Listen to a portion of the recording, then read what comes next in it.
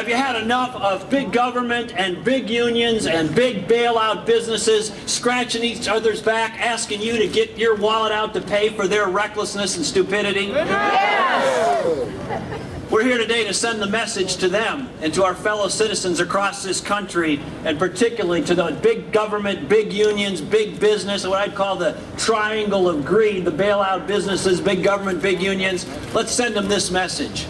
Don't tread on me. Now, in fairness, I do have to give President Obama credit on at least one thing. He's proven that someone can deserve a Nobel Prize less than Al Gore.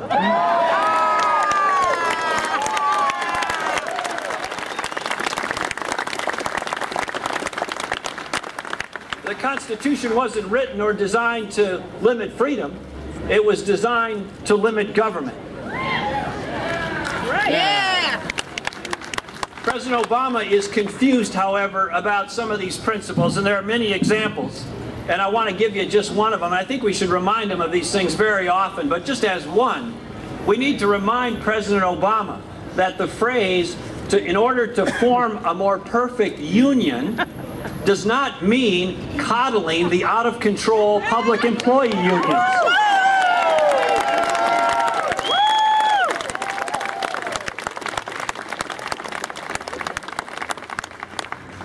And I'm not one to question his birth certificate, but when you look at his policies, I do wonder what planet he's from.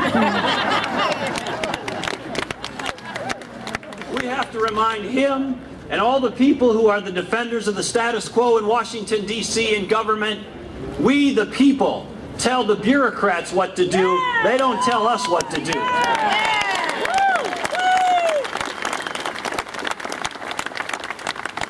And to restore America's promise, we also have to restore America's common sense and get back to America's common sense. And there's many examples of this, but I want to go through just a few with you quickly. Now this one, first one, is really quite complex. And I know there's some trackers or filmers here from the Democratic Party, so I want to make sure I say it slowly so even the Democrats can follow along.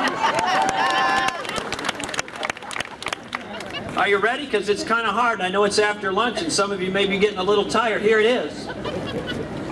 We can't spend more than we take in. Is it that hard?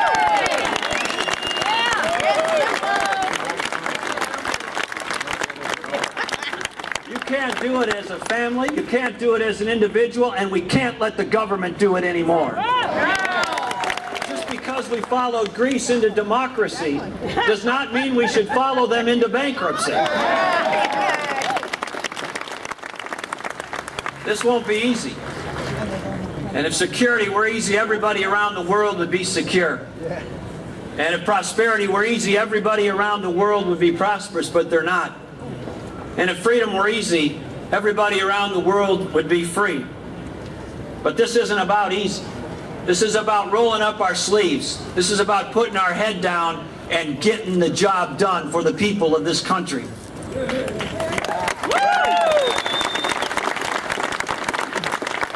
It's going to take extraordinary effort. It's going to take extraordinary commitment. But Valley Forge wasn't easy. Settling the West wasn't easy.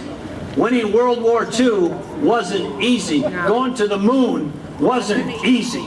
But this is the United States of America. We are the American people. We are the greatest nation the world has ever known.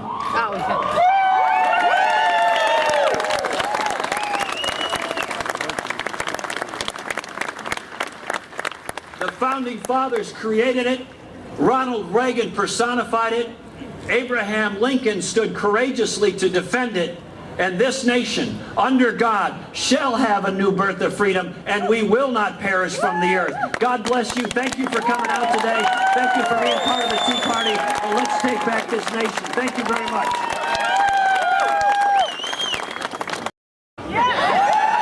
Ladies and gentlemen, Herman Cain. The Founding Fathers got it right.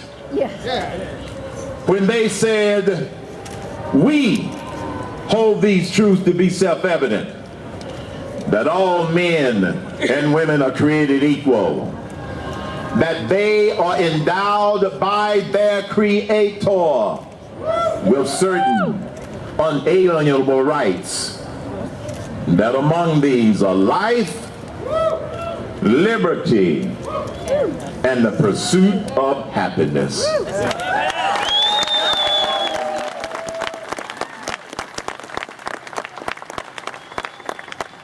I had a caller to my radio show one night who asked, Mr. Cain, I'm frustrated with the direction of this country. I said, welcome to the club. He said, I don't know what to do.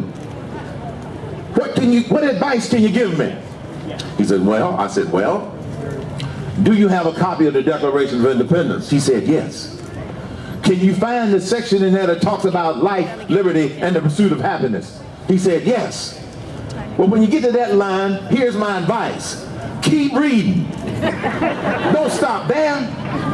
Because it says, when any form of government becomes destructive of those ideals, it is the right of the people to alter or abolish it. We've got some altering and abolishing to do. And we are doing it. When I do interviews with reporters, sometimes I'll get a cynical reporter who will ask a question. None of the people that are here today, by the way, pleasant company excused. A reporter will say, because I've spoken at so many Tea Party events, I started speaking at Tea Parties, Americans for Prosperity events, way back in early 2009. I was speaking at Tea Parties before it was cool. Now all of a sudden it's cool. And some reporters will go, well, Mr. Cain, do you think this Tea Party thing is going to die down? Now we're a thing. 6 months ago, they said we were racist.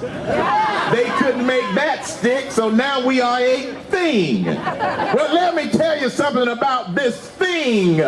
We the people are still in charge of this country, no matter what you decide to call us. I'm just saying. I'm just saying.